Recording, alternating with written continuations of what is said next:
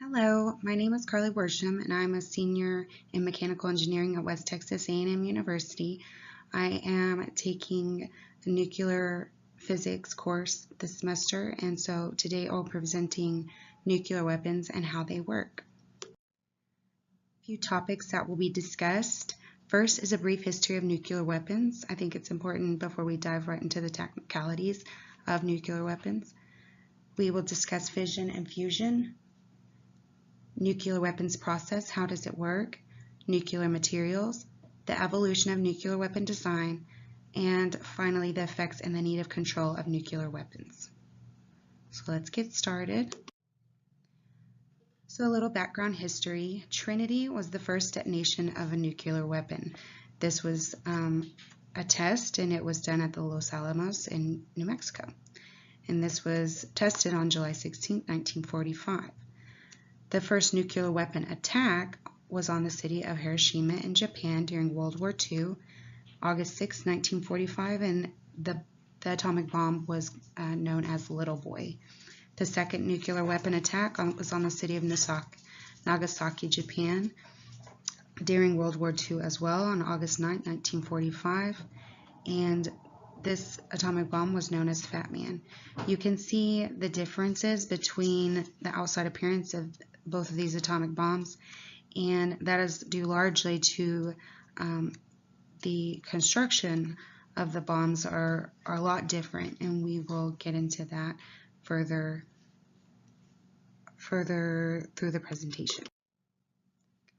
So I first wanted to talk about fission. Fission is the splitting of a heavy unstable nucleus into two lighter nuclei, and this is the main process that generates huge amounts of nuclear energy. So really it's the main process within any atomic weapon, any nuclear weapon that was used in World War II and also used in modern nuclear weapons. So fission, the nucleus splits, and this is either through radioactive decay or because it has been bombarded by other subatomic particles known as neutrinos, which is a neutron.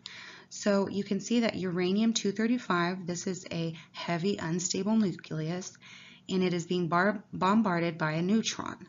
So this causes the atom to split, and after the atom has split, it's a lot lighter, so missing mass always converts into energy, and it's not just a small amount of energy, it's a large amount of energy. It's 200 million electron volts per fusion. And so if you have a whole bunch of uranium-235 atoms together, then this is going to cause a chain reaction, and the reason is because when these two atoms split, at least two more neutrons are released, and so then these neutrons would hit, ideally, another uranium-235 nucleus, and so that would just keep going and going, and this would cause a chain reaction. When we talk about subcritical mass, we're talking about that the neutrons are leaking out. So you're not going to have a chain reaction because you have some of these neutrons that miss another in this instance, uranium-235 nucleus. So it's not going to be continuum. It would eventually just dissipate. It would stop the chain reaction. There are several solutions to this issue, and the first one being add more material. If I add more material, then it's not as likely it'll miss one, right? Well, adding more material is hard because the material needed for a nuclear weapon is not easy to come by, and we'll get more into that later. But so we have add more material, and also another solution, reflect neutrons back. So if I have a casing or something that will reflect these neutrons back, well then the probability of them hitting another uranium-235 nucleus is greater. And we can also just squeeze all this material together, which will increase the density of that material so that there's not a whole lot of wiggle room for these neutrons to escape.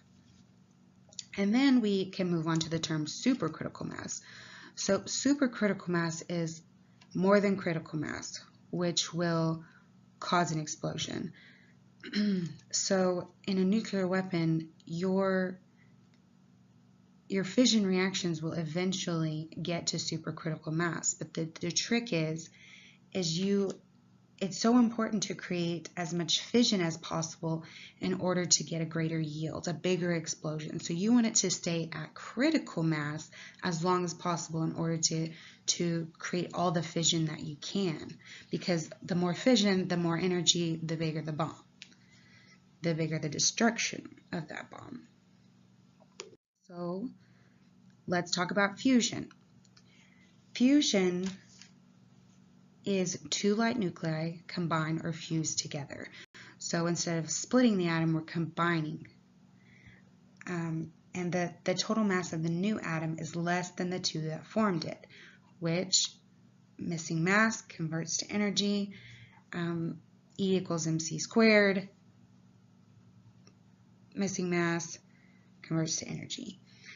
So fusion requires extremely high temperatures and pressure where atoms become completely ionized.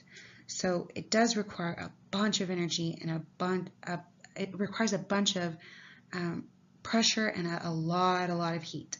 The sun is a great example of fusion.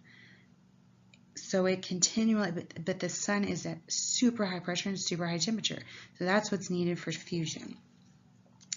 But you're going to have two hydrogen isotopes that are the easiest to fuse together, which is deuterium and tritium.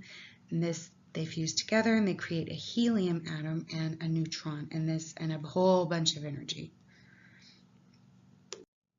So again, critical mass is the minimum amount of fissile material needed to maintain a nuclear chain reaction.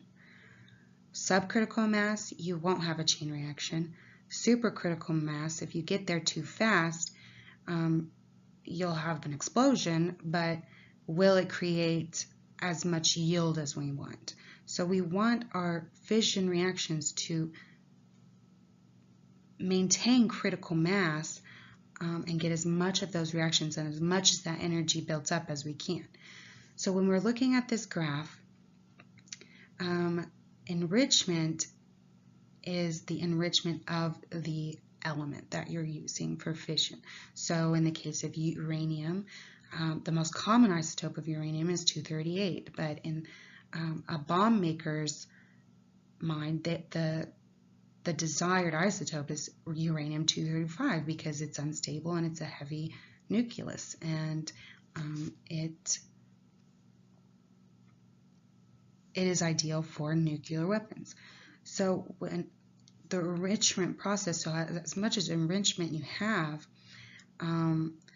percentage-wise of uranium 235, for example, the less enrichment you have,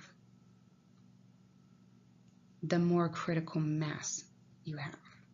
And ideally you want to have as little critical mass as you can, because these elements, these materials, are not easy to come by for the production of nuclear weapons. And bare critical mass, this means without a reflector, without having these neutrons reflected back. So the enrichment, this does change when you add a reflector into the equation. Moving on to nuclear materials, since we've talked about uranium 235 already, and this will kind of help you get a better understanding of why uranium and plutonium are desired isotopes for nuclear weapons. And a lot of it is because it has a high fission probability. Both of these isotopes are heavy nuclei and they're unstable. So they are going to produce fission. of natural uranium, which is uranium-238, only 0.7% is uranium-235.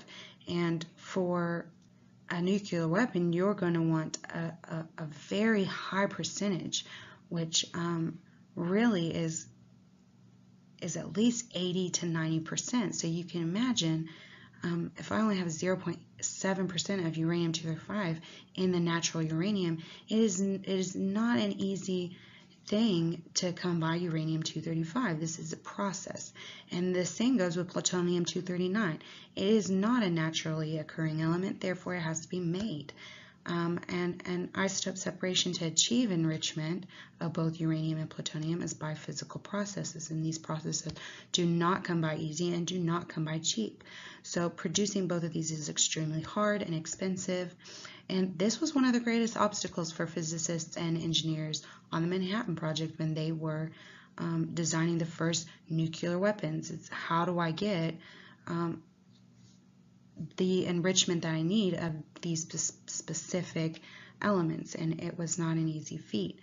However, they managed it, and that's why you have plutonium plants that produce plutonium, and you have other ways of creating these desired isotopes. So the table at the bottom is just kind of showing you a general idea of what these isotopes look like. So you have your critical mass, your half-life, the decay heat, and the neutron generation. Moving on. So we get into our first type of bomb. This was Little Boy. This is how Little Boy was designed. And it is a gun-type bomb. And this consists of a gun that fires one mass of uranium-235 at another mass of uranium-235. And it's required that both masses come together before spontaneous fission. The spontaneous fission rate is the probability per second that a given atom will fission without external intervention. And you have to get these masses together before this spontaneous fission, which is so important because if you don't, then a premature chain reaction leads to a great reduction in energy release. So you're not going to produce the yield of energy and destruction that you want.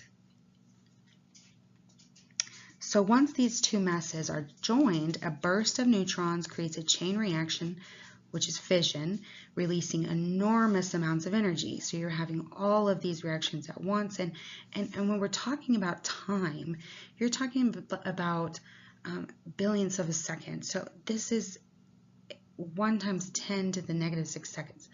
It is happening so fast, and the energy becomes so great, and it causes, of course, your desired nuclear explosion. So another type of bomb, which was Fat Man. This was the bomb, the second nuclear weapon used on Nagasaki. And this was an implosion type bomb. That is why the outside appearances look so different. And that is because they chose a different isotope. And that isotope was plutonium-239. And this is the only type that offers substantial yield with plutonium-239 because plutonium has a higher spontaneous fission rate, therefore it needed a different design. And explosive charges are used to compress a sphere of plutonium very fast. Why do we have a sphere? A sphere gives the minimum possible surface area for a given mass, which minimizes the leakage of neutrons. So you're going to produce as much fission as you can.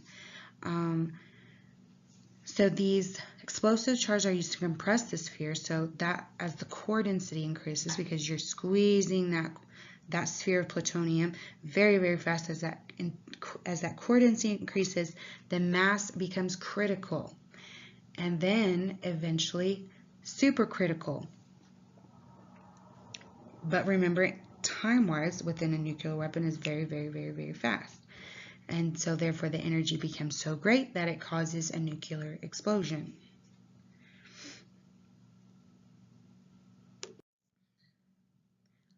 All right, so we're moving on into more modernized bombs. It's the thermonuclear bombs, also known as the hydrogen bomb.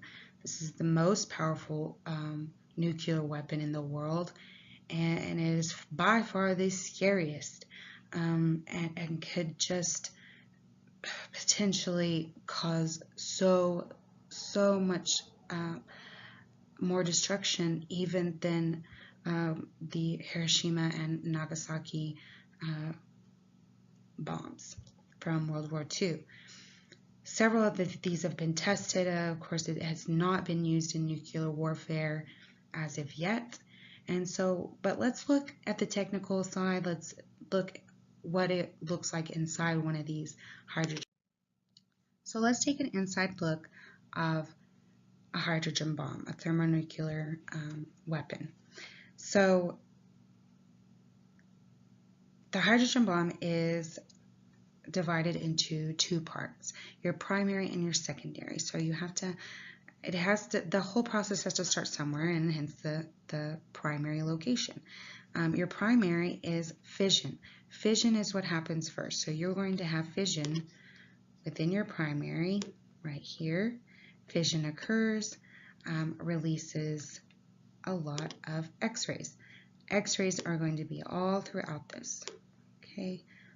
All through here, all through here, all through here, all through here. Okay, this is your reflective casing. So this casing is designed to keep these X-rays in here as long as possible. All right, so you also have your polystyrene foam, which is around this the secondary. And so when this fission occurs and you have this release of X-rays and you have a whole bunch of heat, I mean extremely high temperatures and extremely high pressures, and your polystyrene turns into a plasma. So when this turns into a plasma, you're developing temperatures and pressures that are needed to create fusion. Fusion cannot happen without high temperatures and extremely high pressures. So you're having this pressure inwards, and it is going to squeeze this lithium deuteride, which is your fusion fuel. So you have your fusion fuel, your lithium deuteride right here, and then this down the middle in your secondary is the plutonium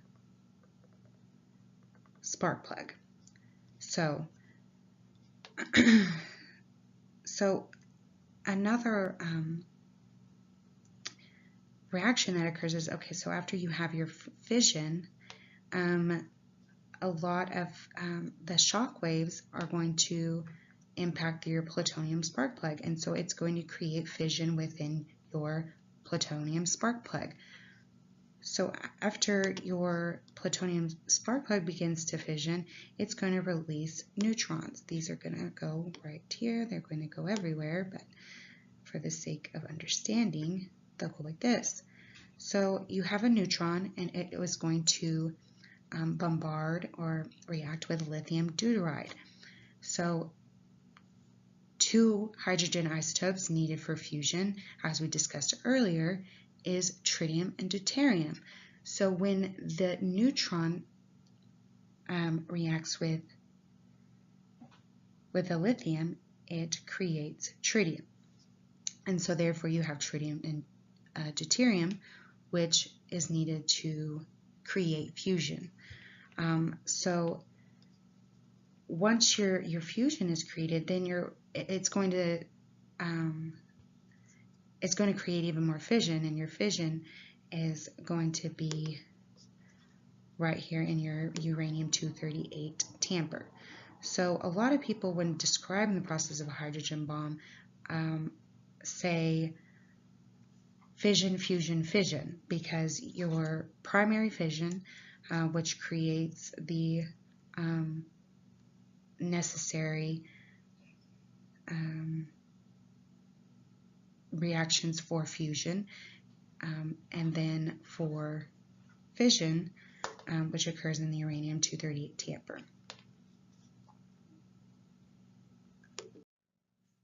Okay, so here's just another look at what we just discussed.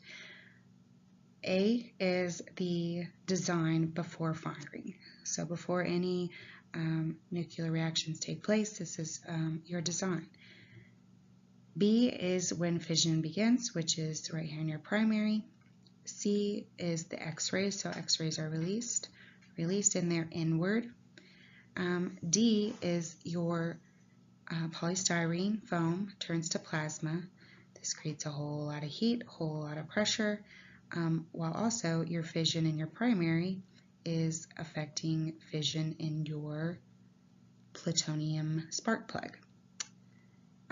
All of this creates fusion, so you have fusion right here, fission still going on, more fission occurs, and eventually an explosion.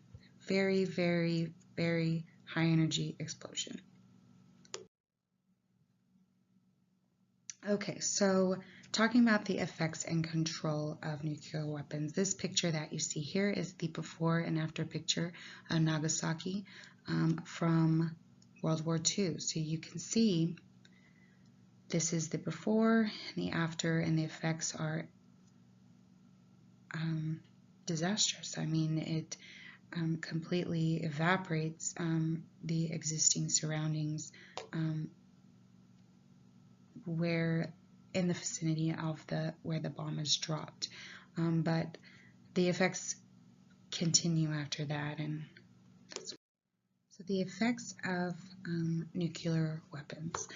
The energy released from a nuclear weapon can be divided into 4 basic categories. First, the blast. The initial blast is 40 to 50% of the total energy.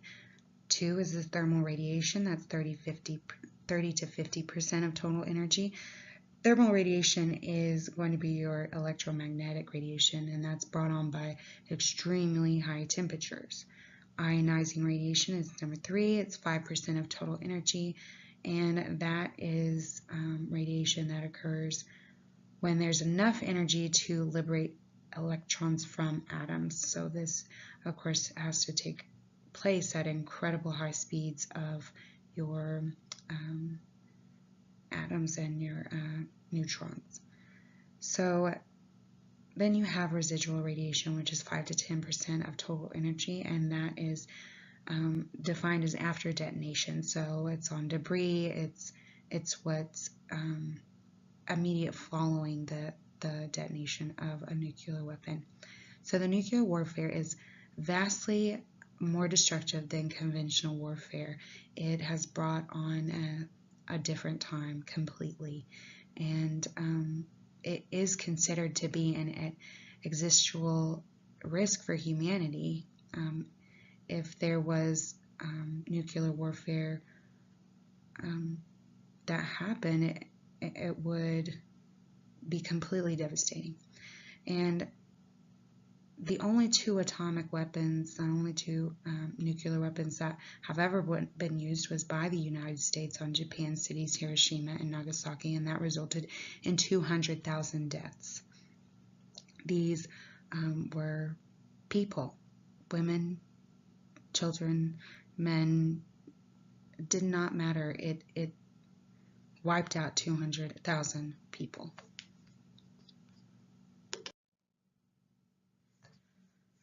Okay, so the world has nuclear weapons. Now what? So since the end of the Cold War, the number of nuclear weapons has declined significantly. During the peak of the Cold War, the number of nuclear weapons worldwide was estimated 70,000. Today, there is an estimated total of 14,200 nuclear weapons, but it's important to know that these are made with incredible advancements since World War II and the Cold War. So even when I can conceptually describe a thermonuclear weapon, a lot of that information is still classified because it is in use today. And the United States and Russia and several other countries have stockpiled nuclear weapons, and it is not something that we'll give up. So nuclear weapons has actually recently become a topic in current news, as North Korea has tested several nuclear weapons in the last year, which was the first testing of nuclear weapons since the hydrogen bombs. So it's certainly a topic in today's discussion, and it's certainly, I mean, the power harnessed by nuclear weapons is mind-blowing and quite frightening, actually. So, but I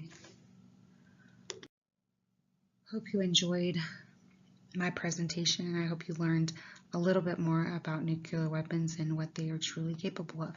Thank you.